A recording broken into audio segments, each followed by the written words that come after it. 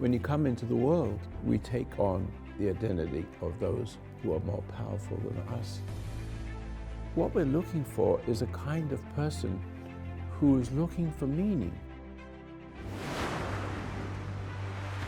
What's the meaning of life? Why am I here?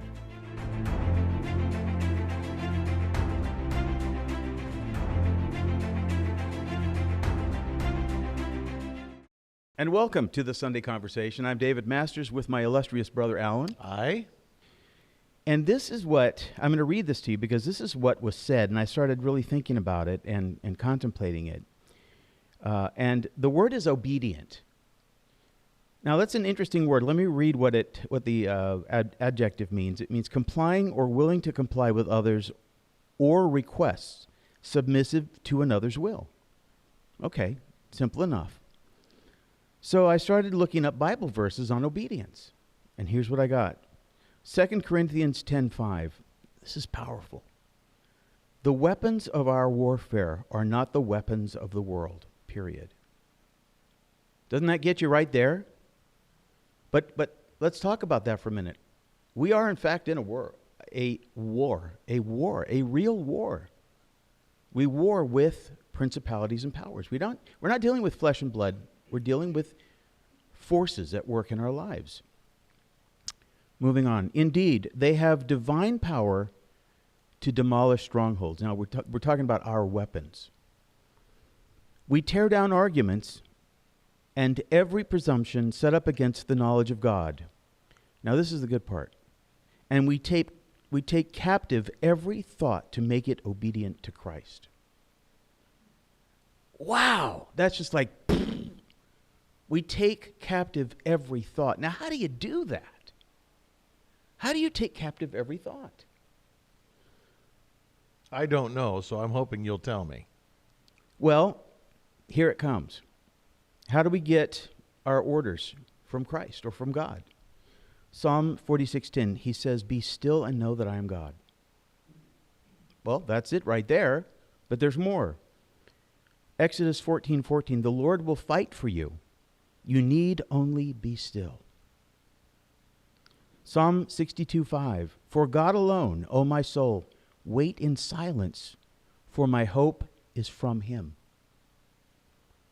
Psalm 37:7, "Be still before the Lord and wait patiently for him. Fret not yourself over the one who prospers in his way, over the man who carries out evil devices." Don't worry about those people. Job 6:24, "Teach me, and I will be silent. Make me understand how I have gone astray." Isaiah 32:17, "And the effect of righteousness will be peace, and the result of righteousness, quietness and trust forever."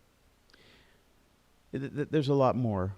There is a lot more, but when you understand that it's actually quite simple. I talked about this last week a little bit, about how if we don't have a master above us, and I gave the example of my dog. If I have my dog and I let him off the leash, he's just going to go everywhere. I keep him on the leash, and when we get to a stop, he doesn't know if I'm going to go left, right, or the other way. So I have to make him wait for me because he doesn't know which way to go. And I make a point that, in a sense, we have to have a leash, and that leash has to be connected to our Creator. Now, the question is, how do we achieve that connection? How do we allow God to leash us in? But there's another side to that, too, because once you become obedient, because we have an obedient dog, and wherever we go, that dog goes with us and literally waits to see which way we are going to turn. He looks up at us. Yeah. And so I think in the beginning, yes, we have to lean on a leash, but as we become obedient, we look up to a higher power and yield to the higher power and look to be guided to the guide, to the ultimate guide in our life. So yeah. I agree. And see, the problem is, though, is that human nature is like a wild animal. And it's, for me, because I walk across a busy highway, I can't take the chance with my dog that he's going to listen to me, because he's kind of schizo. He's one of those, he's an apex predator, so he wants to go and chase everything. So for his own sake, I keep him on the leash. Now, I let him go, and I'll let him go, and he'll do his business, and he'll come running back to me. See, he'll come running back to me. He won't even try to stray. But because I care about the dog, and I know that because God truly cares about his people, I like being on that leash. It keeps you from going astray in that sense that, and it's not a literal leash. It's a metaphoric leash that we are. What it says here is that we take captive every thought to make it obedient to Christ. So that's in a sense what I believe that we should do, and that's what through meditation, through the kind of Christian meditation that has been taught for decades, beginning with my dad. I don't even think he knew it was a Christian meditation. Because remember, when we speak about the Christian religion, we speak Judeo-Christian because the Old Testament was the beginning of the New Testament. So they mesh together in a perfect symbiosis in the sense that each thing has laid a foundation for the next, and that Christ came to fulfill those laws. So the laws, and this is to your point, once we become obedient to Christ, we don't need the laws anymore because those are in our heart. They're not on a piece of paper yelling at us from a piece of paper or somebody at a pulpit. Those laws transferred into our heart, and we know what's right and wrong. But at the same time, we're still being tempted, constantly tempted by the thoughts of the world, and we are doing spiritual warfare. We are in a state of warfare all the time. And you look at yourself, if you have any weakness toward anything in this world, you're embroiled in a battle. And, it doesn't matter what it is. If it's food, if it's materialism, it doesn't make any difference. If it's another person, if there's a weakness for that, there is a battle going on. And it doesn't matter. See, the devil doesn't care how he gets you. I love the movie The Devil's Advocate with Keanu Reeves and, what's his name? Al Pacino. It's a great movie in a lot of ways because the devil appeals to his sense of pride. So he defends a child molester, and he gets that guy off. And so the devil says, okay, I'm going to get this guy. And he does. He wants him for a lot of different reasons, but in the end, his conscience starts to work on him, and he realizes that he can't let that guy get off. So then when he defeats the child molester, his pride takes over, and the devil's got him again. So we're always struggling with one kind of malady, with something that we're involved with, or another, even doing a good job. Because I've heard the scripture that none is good but the Lord. See, and of myself I can do nothing. So if you're in that mindset, then when people thank you, oh, you helped me so much, go give thanks to God, is what I say to people. If anybody, and I've been doing that for many, many years, if somebody says to me, you changed my life, say, go give thanks to God. Don't thank me. Thank God. Christ did the same thing. Go thank God. Go tell the people what God has done for you. He's not saying what I have done for you. As a matter of fact, there is no I in his life. It's always what God has done, what your Father has done for you. Anybody that reads the Bible understands that. He doesn't refer to himself that way. So let's talk about for a minute what happens when you fall off the turnip truck and you feel guilt. Because this would be I think most of us constantly falling off the turnip truck. And I started out, you said a word that popped into my head because it was illuminate. Because when we were younger, my father would say to me, face your problems. Go face them. And I remember thinking to myself, oh, that's so hard. The people that you've trespassed against, that you've wronged, that you've hurt. It's so hard to face those people because you have to be humble. So, the word illuminate. It's an interesting word because if you seek out those people that you've hurt or done wrong to or trespassed against, and you illuminate the problem, bring a light to it, there is a humbling to yourself that you have to go through. Because to take that first step forward. But if you illuminate the problem, you have to seek for the strength inside of yourself, and then move forward, illuminate the problem, and then fix it. And how you fix it is just simply by saying, you know what? I didn't know what I was doing, or I did know what I was doing, and I did the wrong thing. Whatever your reason is, and just say, I'm sorry. I don't want to be that way, and I'm sorry. It's really simple. You don't have to go into these gigantic explanations. And sometimes people will say, why did you do that? And it just doesn't even matter. It's just, don't get into these things. But there's a certain peace that you find in yourself by being able to just say, I'm sorry. It's illuminating the darkness in you. And that darkness can't live inside the light, because it's being shown for what it is inside of you. So if you want to move closer to Christ, you have to keep that light on inside of yourself, illuminate the problem. And it starts inside of your own self. But I thought that was an interesting word. You said it, and I remember thinking, as I was growing up, my dad would say, just go face it. Go face that person. You know, go face your problems, or illuminate the problems, even inside of your own self, with thoughts. Yield to a higher power, and be still and know that He is God. And the light, actually, the illumination, the light, just being conscious of the fact that you know what you did is wrong, it moves you forward. It actually has a force that moves you forward in life. I like that. It's a beautiful word and very powerful. In a sense, it goes back to Genesis, which is let there be light. Because light is everything. Without light, we got nothing. So I just want to, though, I want to go a little further here with this whole idea of being obedient and bringing every thought captive to make it obedient to Christ. Every thought. So let's take a look at the word react. Anybody react? Okay. It's a verb used with the object to act or perform again. We all know that react means to do the same thing again. And to act in response to an agent or influence. How many people realize that when we're reacting, we're dealing with an agent or an influence? Do we realize that, though, in the moment that we're reacting? Most of the time we don't. We just feel this defensiveness going on, and we want to push back and stop whatever's happening. Here's another one. To act in a reverse direction or manner, especially so as to return to a prior condition. Now, there's another interesting concept. Let's say that you reacted to somebody who intimidated you, but you realized that it was fear that was controlling you. So you illuminate the fear, you see the fear, and then you wait for the next opportunity, because that's the moment where you can return to the person you were before you started reacting in the wrong way.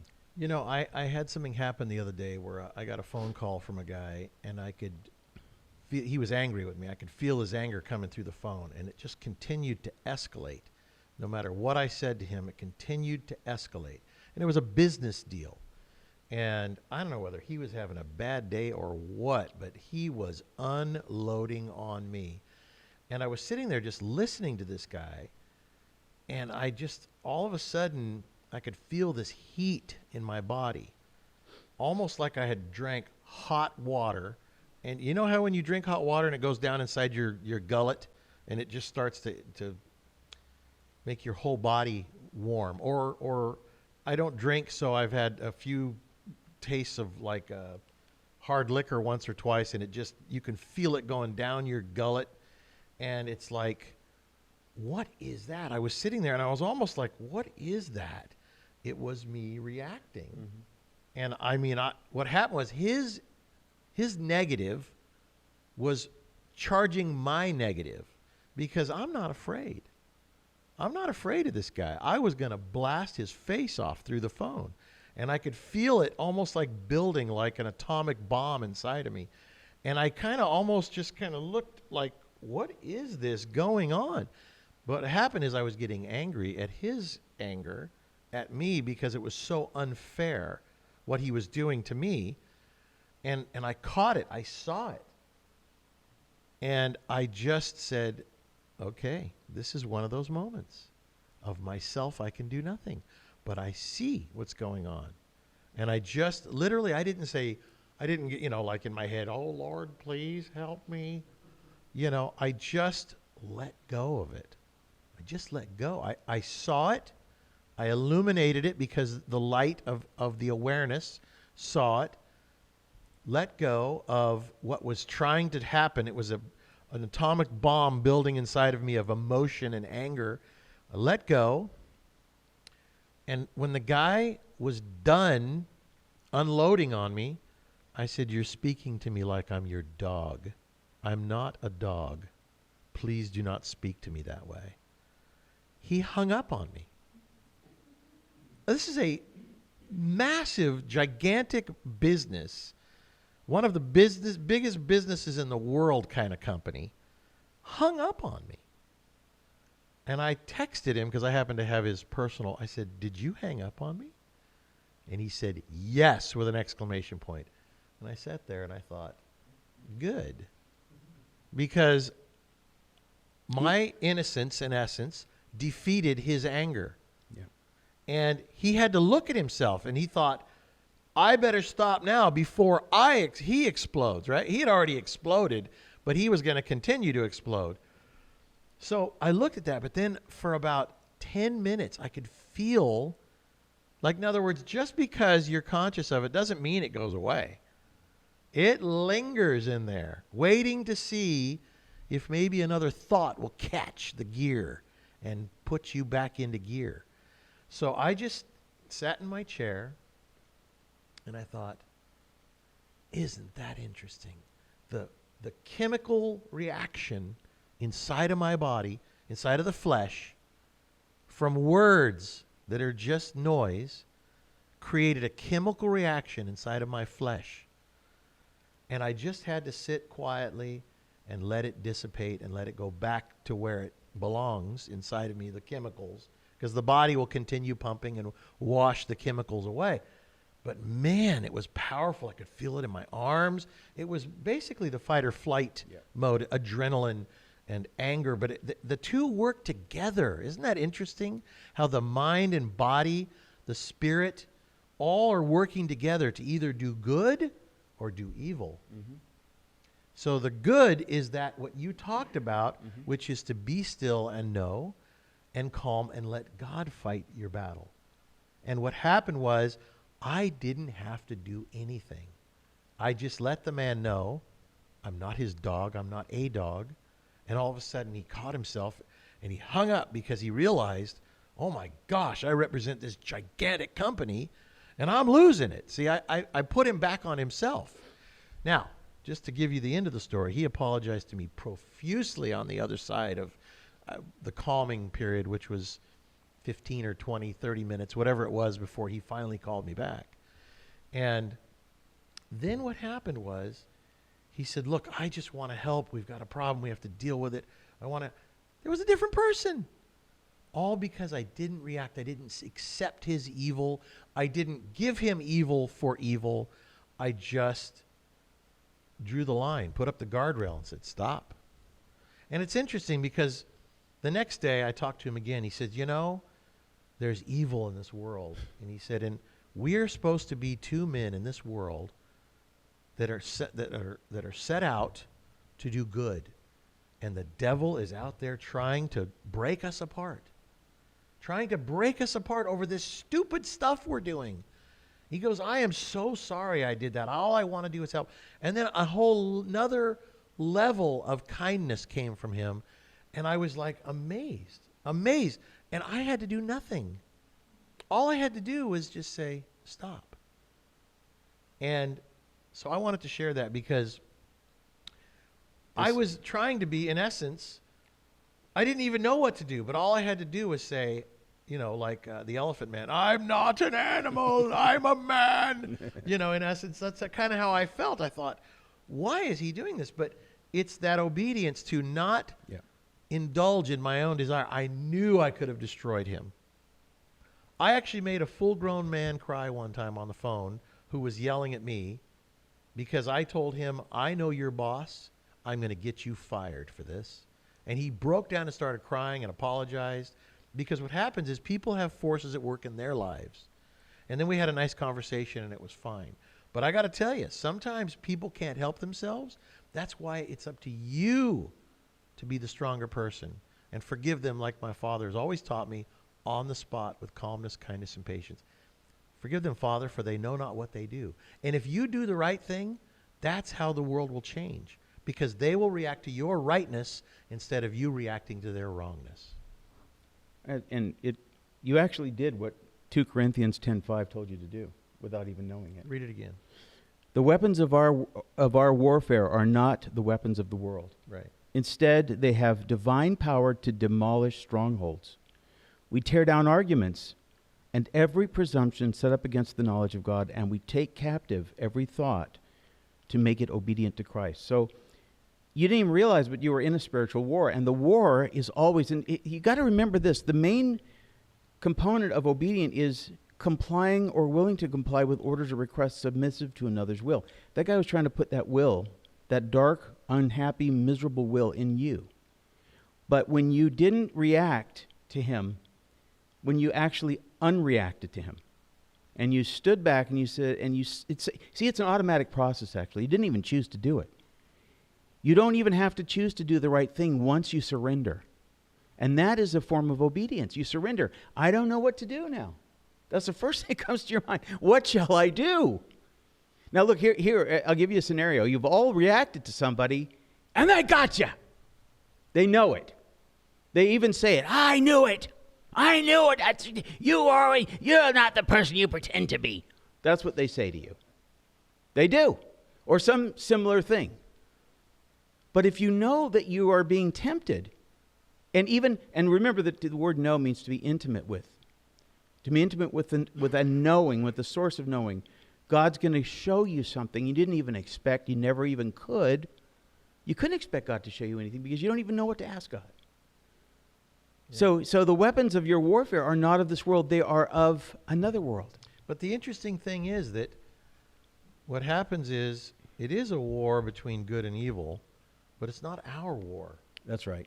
So we're almost innocent to a war that is going on. And if we get pulled down into the war, then we become the battlers, the fighters.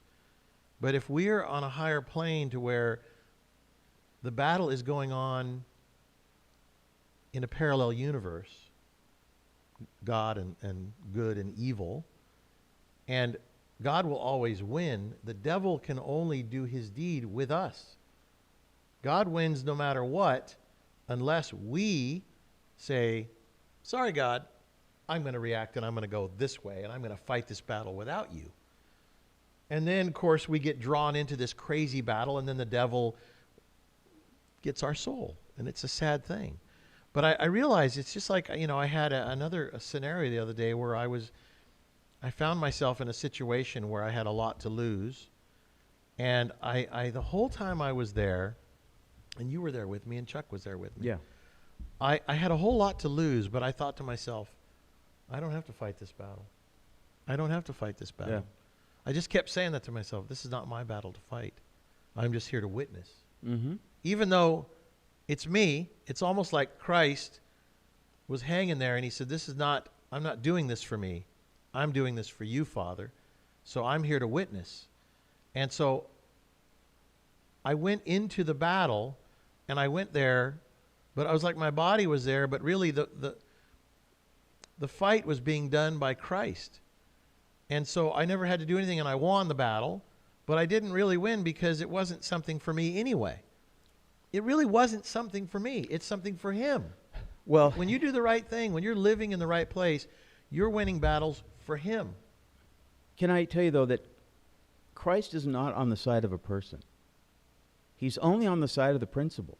Right. If you're in the right side of the principle, you can't lose. And if you're not on the right side of the principle, you can't win. So, and you don't even, it's not even, see, that this is the interesting part of it, it's not a personal thing. No, and here's the other part of it too, is that you think it is you. And when you think it is you, then it becomes you. Yeah. And take it then on. you, again, have left Christ behind. And so I realize that in my life that as I can let go of my ego and let go of my will, what's left but a man who has the desire to be good and to be to be closer to Christ. But you have to be able to give up your will and your ego. But then you say to yourself, well, what's left of me? I'm just going to sit here then. Because, you know, I guess you think that your will and your ego are part of your drive to do that job that you're doing every day, whether it's, you know, trimming trees or making furniture or working in a PR agency or whatever it is. No, the will and the ego are really the dark side of you. Once you start to give up your will and your ego and your pride, all of a sudden you have a much more free flow to do what you're going to do in your life. Because I remember many years ago, my father came, I was working on a car, and my father came in and he was standing there watching me, and I was sitting on the ground sanding on the side of this car, and I looked up at my dad, and he was just standing there looking at me. And my dad had these moments in my life where I remember him kind of realizing things, and it was simple. But he says, and he says to me, when the hands are at work, the mind is at ease. So it's important for us to work because, of course, it says, by the sweat off your brow shall you earn your bread. We got to work. But when you see people working with their will and their ego and their pride, they're putting their will, ego, and pride into something instead of simply doing a task. Whatever that task is, making furniture, cutting down a tree, you know, landscaping, whatever it might be. If you get your will, your ego, and your pride out of it. So first you have to illuminate those things. And I believe that's what the meditation is all about. That is what the meditation is all about, is to be still. And as you're still, in that stillness, you start to see things you've never seen before. You've never been conscious. You've never been able to separate yourself from your own will, your own ego, your own pride. But as you are closer to Christ, you start to see them for what they are. Aliens. The aliens within. And the more conscious you become, the more you recognize them, the more illumination happens, the more light is inside of you, the more you're able to simply live a simple, wonderful life, and these things die. And they try to grab a hold of you, and they try to pull you into their dark place. And when you feel that heat inside of you, and you feel emotions in your arms and your whole body and your heart starts to race, look at that moment. Look at that. When you're in an argument with somebody and somebody's drawing you into an argument about politics. Politics is the big one, isn't it? The whole world is at war over the politics right now. But if you can step back, you can see so easily. Even Trump, you know, every now and then, boy, he gets fired up and you see him kind of, all right, well, that was a dumb thing to say. His ego said that, you know. But I would say that I've been watching this guy for a long, long, long time, and mainly because of the business I do with the entertainment world, and but he is moving closer to Christ in his own life, and it's a long journey. It's a long journey, but you can see him moving closer to Christ because of the decisions he's making. And I'll tell you another thing real quick about decisions. It's very interesting. In my life, I'm having to make a lot of big decisions right now. Right now, I'm the leader of the foundation, and as far as the president and CEO, I have to make decisions whether to put a new roof on Tall Timber Ranch or whether to, you know, build this little studio, or all kinds of decisions that are very, very important, because we have to be judicious with the donations and make sure that we're doing good. And so lots of decisions, and some of them I have to make inside my own heart, and some of them I have to seek sage advice from the board of directors.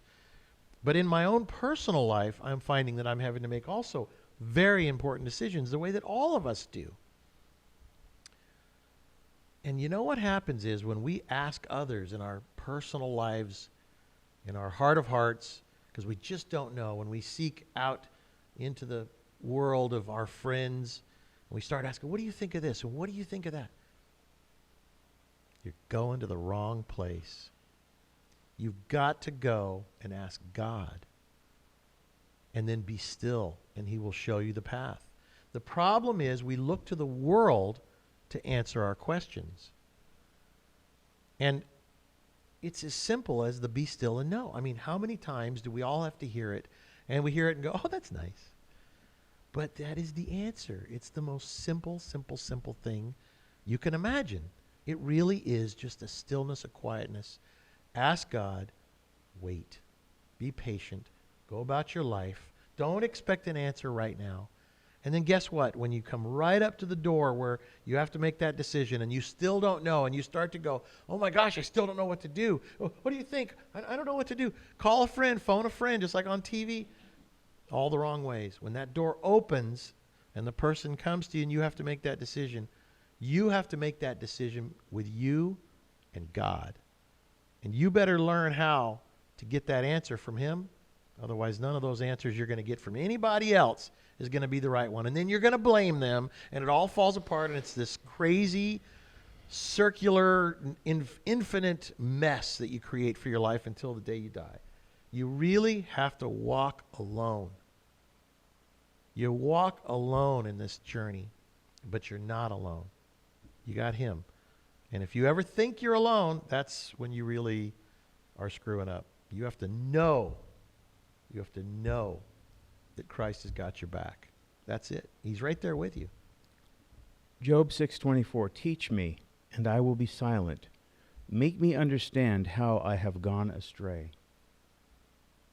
That's it. It's that simple. You don't need volumes of books for that one. But if you incline yourself toward God to show you, if the prayer of your heart is, God, show me what to do, it's not, God doesn't take anybody's side. He only takes the side of the principle. Christ only takes the side of the principle.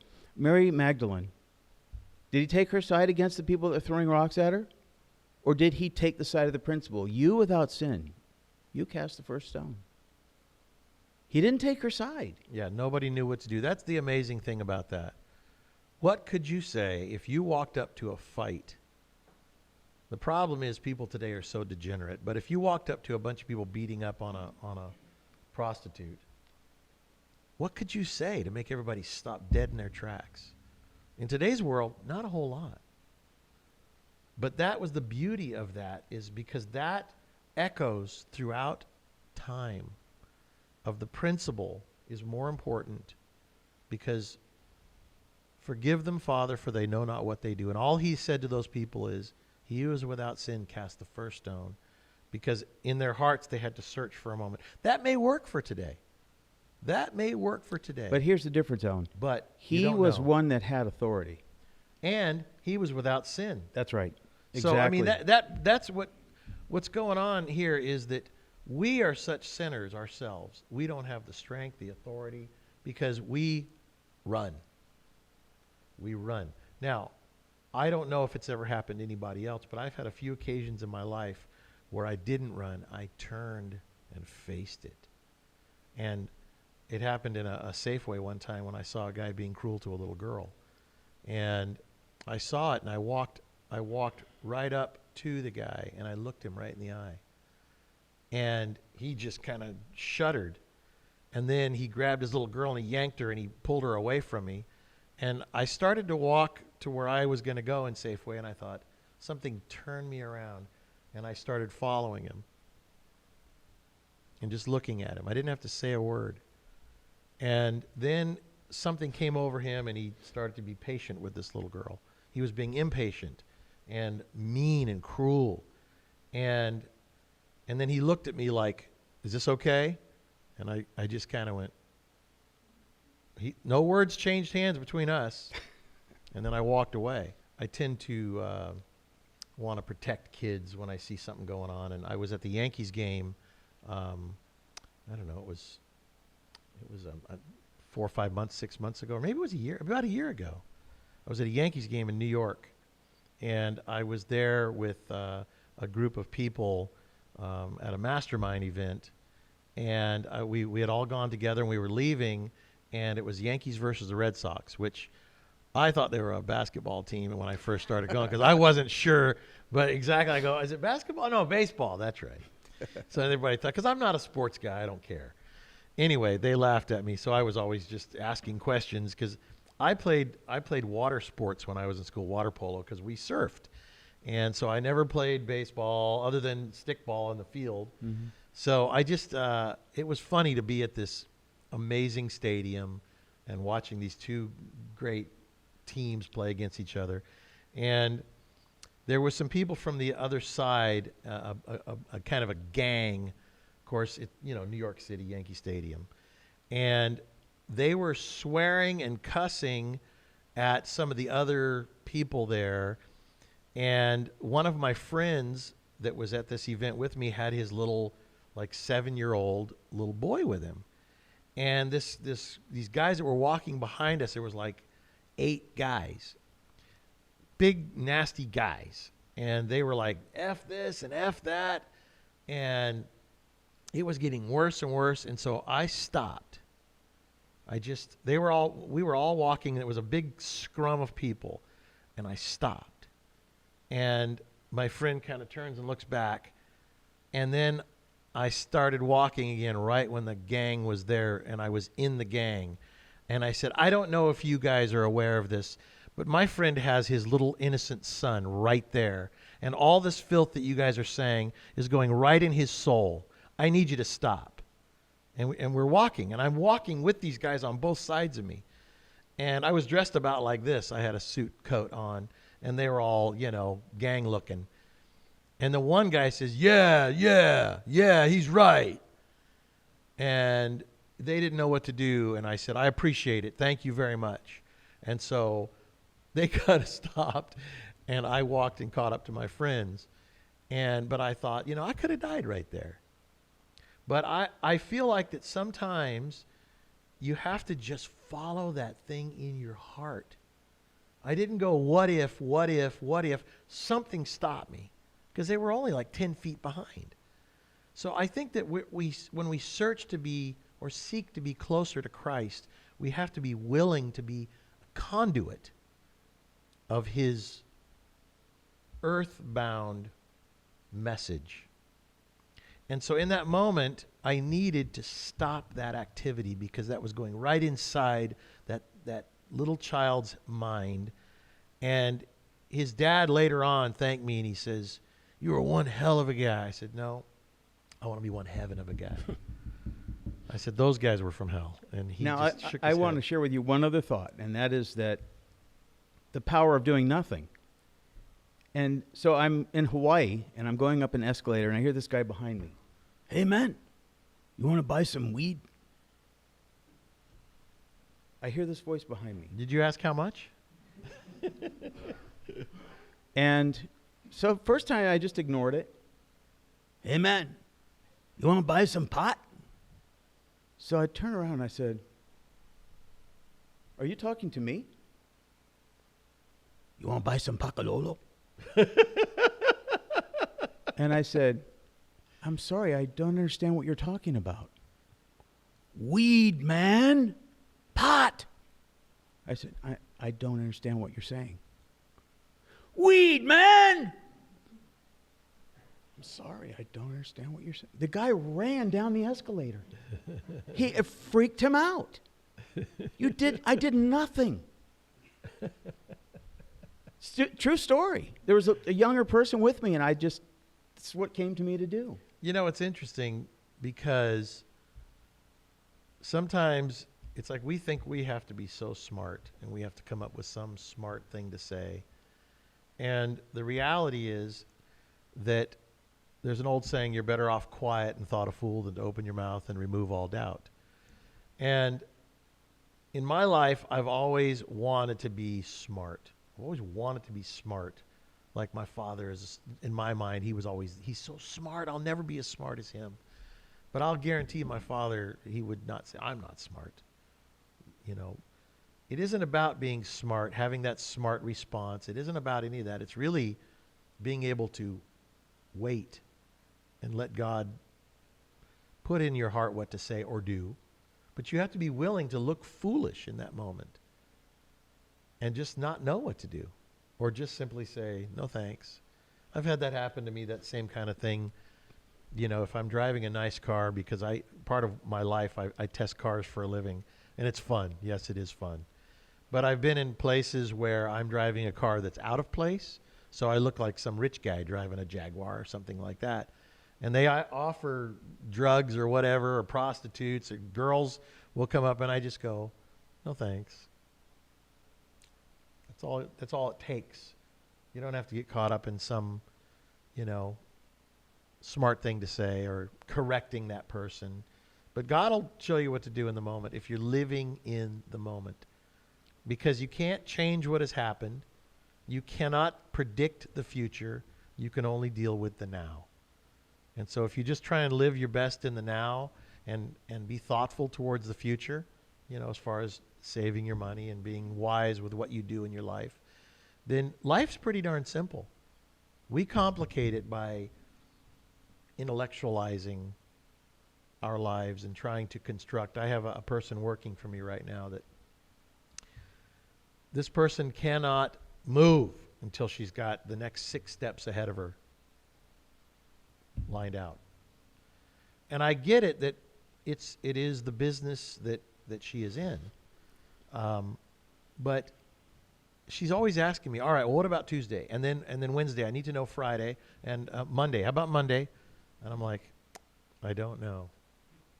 I'm going to live one day at a time. I plan, I put on my calendar, but if that plan, I hit that plan and I'm not supposed to go, I don't go. Well, but what about this? And you bought a ticket, and well, such is life. But we get so caught up in, and I used to be this person, the money. I've spent the money, I'm gonna go. I've spent the money, I'm gonna do it. I can't get a refund on that. So it's like, really? Maybe you're not supposed to go. And that happened to me recently. I was on an airplane and I was supposed to go. And I got upgraded. I was in seat 1A, first class. I may have told this story. Yeah. And the airplane broke down. Something went wrong. I got right off the airplane because I knew I wasn't supposed to go. I was pushing through anyway. But God helped me because I was not knowing what to do. He helped me. Even when we don't know what to do, you can actually make the mistake. I think I was talking the last time I did a talk, is you can drive right by the street and go, that was it. Now I got to go around the block, come back, or I can back up. You can make mistakes. It's not the life or the death of you to make a mistake. Back up. Go around the block. Don't worry about it. We're going to make mistakes. We're not perfect. But the closer you get to where you're supposed to be, life starts getting easier and easier and easier because you're not fighting with your own self. Teach me and I will be silent. Make me understand how I've gone astray. So here's the other part. Each second we dwell in negativity, we lose our precious life force. We lose our sense of connectedness, gratitude, and the growth that comes from facing challenges with the know-how in the now. Frustration, impatience, ambition, judgment, resentment, anger, unforgiveness, all these and everything negative act upon our being as invisible thieves. All rob us of compassion, steal precious opportunity, and cause loss of authentic selfhood. Then the hunger comes, as it always has, the hunger from deep within that compels you to fill yourself, and then I have in parenthesis, fulfill, full of outer substances that are not consistent with the present. And then the question is, what are you looking for in that refrigerator? Well, you know what? Let me talk about that, because think about this. So I got yelled at the other day, and I could feel it like whiskey running through my veins. And I'm sure everybody in here and watching has had some thing happen where they felt that heat and they became aware of it instead of letting it power them to do something wrong. Because yes, it can power you. It's a turbo boost to make you fight, to make you punch harder, to make you run faster. You can use it, the fight or flight mode, but maybe it's not fight or flight. Maybe it's fight, flight, or pause. Because guess what? Most of the time, you are reacting from the animal fight or flight. But the higher nature says, pause, be calm. That's the difference between us and animals. The animal has to act. It doesn't have a choice. It has to act, react, fight, or run. That's all it has. It doesn't have a higher nature. But we have a higher nature, so we have a third choice. Fight, flight, or pause and be calm. So with that juice running through my veins, imagine living in that. Imagine living in that, whatever that turbo mode is, you will burn out fast. You will flame out fast. You wonder where your cancer comes from. You wonder where your whether it's your gallbladder or your stomach cancer or your ovaries or your, I mean, I've heard how many, I've had this, that, the other, all these things. I get it. You need to get that you are living in that self-poisoning mode. Self-poisoning mode. So lately, I am so transparent, it's sad. I have no secrets. Lately, I've had this gallbladder thing bothering me. About once a week, I get this horrible pain in my gallbladder. I went in, I got an ultrasound. I'm sure I'm breaking every law of humanity right now when it comes to broadcasting, because these are all my personal things. But I don't care. Got an ultrasound. They checked all my body inside and out and nothing. They go, you got a little sludge in your gallbladder. And I'm like, yeah, well, that hurts like hell. It hurts. I mean, it really hurts. It's like I have to sit there. It's funny because I drink a little glass of water. I can feel the cool water going inside of me. And I sit in a chair, I close my eyes, and I just get silent. And it goes away. And as soon as it goes away, I go, okay, I got to go finish cleaning up my room or doing this or that or laundry or whatever. Got to go. And it comes back. So I have to go back and sit in the chair and be silent. And it goes away. So yesterday, all day long, because I was being willful about a job that I was doing. I'm going to do this today. Today is the day it's going to be done. I'm going to do it. I have all day to do it. I'm going to make sure it's going to be done today. And I just kept pushing myself to do this thing. Being willful, pumping stuff through my body with this willful energy, my gallbladder or my stomach starts to hurt. So I would sit. I must have sat yesterday no less than 10 or 12 times. And then I thought, oh my gosh, well now, I would get into this calm Alan mode. Well, now I've got the whole room torn apart. I want to clean up my room. It's not a big deal, but my room had turned into a mess because I haven't had time. It was just like a hoarder's nightmare because I like to hoard my clothes. Anyway, I kept thinking to myself, well, I got to finish my room. And, I didn't finish my room. At the end of the evening, my family came over and I made some fish tacos. And I got into my room that night and I went, everything was stacked on the bed. I thought, that's all right. I just moved it and I put it all nice and neat. I'll get to this later. We get so wrapped up in such utter stupidity, willful about the most stupid things. And it's just amazing how we can be drawn away from God by our stuff and doing stupid things willfully. So it doesn't matter what it is. We can say, well, nobly, I saved that person's life. Or I made $100,000 this year. Whatever it is. Whatever it is. But willfully we go forward. Willfully. So, I'm having to really look at everything I do. And God is like giving me this moment of time to keep on. Just like I said, giving me a chance to draw back into this calm place where I should be existing. Not willfully, calmly moving forward. That's how, when you want to be closer to Christ, you can't go to him like a whirling dervish. You've got to go calmly. It's like my father says, calm. So all my life, I've been this whirling dervish. But I made the whirl look like it was a dance to the right music. And so everybody used to think, oh, look at that. That's the way to go. But it just isn't, because now I see that of myself I can do nothing, and everything falls apart. Everything I built with that willful whirling dervish dance that I could do, that all of us can do.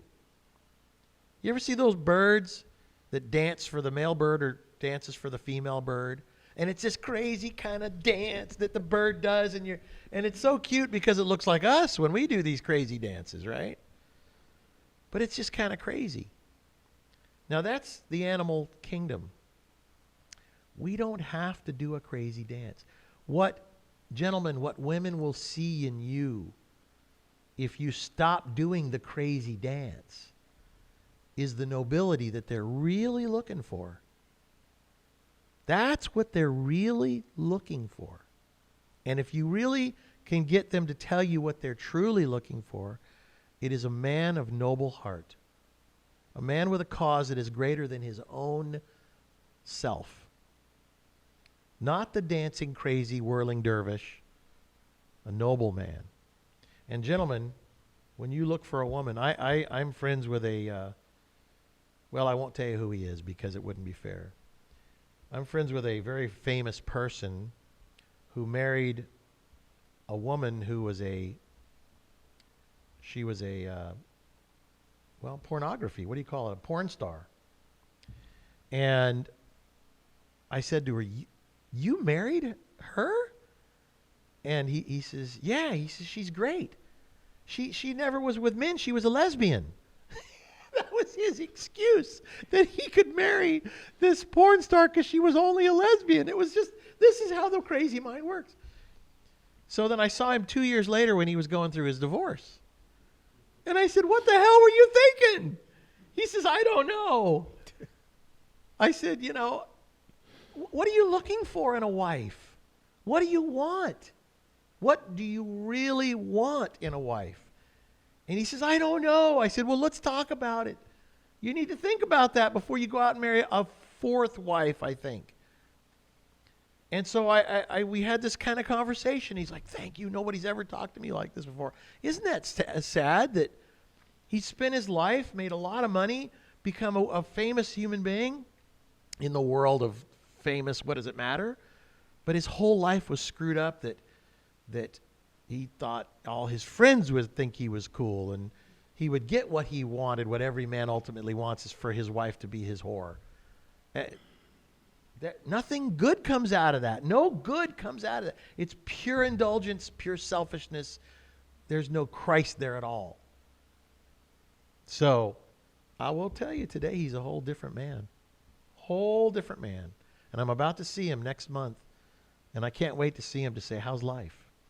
Because one little conversation you can have with somebody from the world that can change it, but you can't cram it down their throat. You may have to watch them for years before that one little opportunity comes up to say, what were you thinking? And then they go, I guess I wasn't. There you go. Engage the brain next time instead of thinking with the lower anatomy. Anyway. I don't have a story for that. Oh, dear. But I was going to just read the other part of this, which is, I'm saying if you lose to the reactions, because who doesn't go to the refrigerator and open it thinking there's something in there for them, right? I do it all day. If I'm at home, I'll go to the refrigerator and I'll say, there's nothing in here. Why do I keep doing this? But I say all rob of compassion.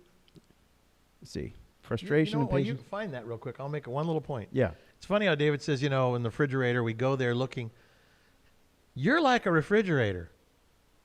And when somebody comes to you, if you have rotten food and you give them that rotten food, then you have infected them with your rottenness. If you have goodness, you can only give what you have. If you have good, nourishing things to give, then you can help somebody to be nourished. Isn't that interesting how we go hang out with each other? So you're saying we're a meal on wheels? And all we have is rotten food, and we share it amongst ourselves. It's sad. But I'm saying, what are we looking for in that refrigerator? Well, what we're looking for was and still is within us. See, we're looking for something that we've lost. It's some kind of substance, but it's not a physical substance. It's a spiritual substance. Right. And here's the big payoff. But if you've reacted, then you have lost your center and you haven't free acted. React, free act. Freely to act as you know you should. Is that your word? Did you just make it up? That's my word. Oh. Well, I like know how in the now. That's pretty catchy.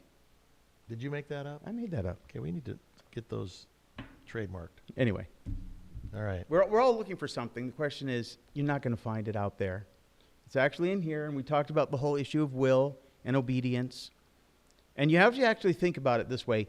Who is your master? That's the reason I brought up the dog. The dog knows when I come home, the first person he wants to see is me. And the first person you should want to see when you wake up in the morning is your Creator. Really. If you think about it, you get quiet. You invite God to be in your life again. Because every day is a brand new day. I call it a microcycle. You know, you're going to live every day, one complete cycle. Who knows how long, what you're going to do, how long that will last. But And you know, it's funny. Last night I had a dream, and I was talking to Chuck Williams. He had a dream. We were just commiserating, but I had a dream that I didn't talk about. And I won't tell you what it was, but I thought to myself, man, I'm sleeping with the enemy. Because that enemy is in there. He's inside of here all the time. He's in the room. He's always present. Omnipresent is the devil. Waiting for you to sleep too deep. Anyway, I was having this dream, and I in my consciousness of sleep, I looked at that dream and I said, that's not me. That's not me. But we are sleeping with the enemy.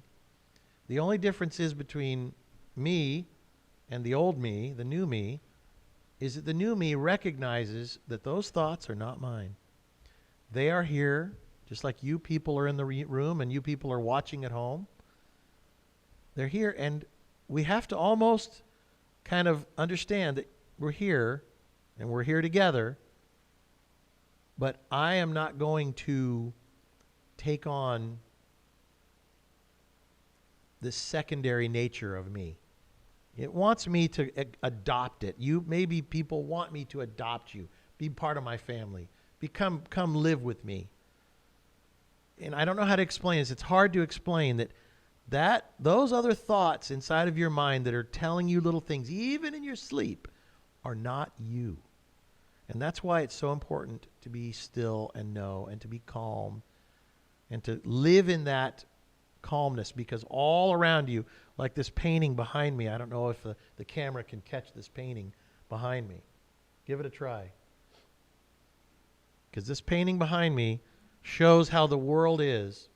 And it's an amazing painting because we all are so caught up in our thoughts that we have to be separate from our thoughts. And the only way we can do that is in that calmness and that stillness. And then you start to say, that is the world. I am on the world, but not of the world. We're all here together. There's evil going on all around us, but we are not of that world. We're of another world. That's why my father wrote a book about parallel universe. It's why we made a movie called, we've changed the movie from Finding God to The Religion Matrix, because it really is a matrix. So anyway, just watch your dreams, watch your thoughts. They aren't all yours. You really are. When you don't know, that's when you're closest to Christ. Because then you're not caught up in the thing inside of your head that tells you you do know. Just so you know. Okay? All right, masters and masters, I think that's about it for today. Thank you, David. Good job. thanks, y'all. Thanks for coming. Thanks for watching.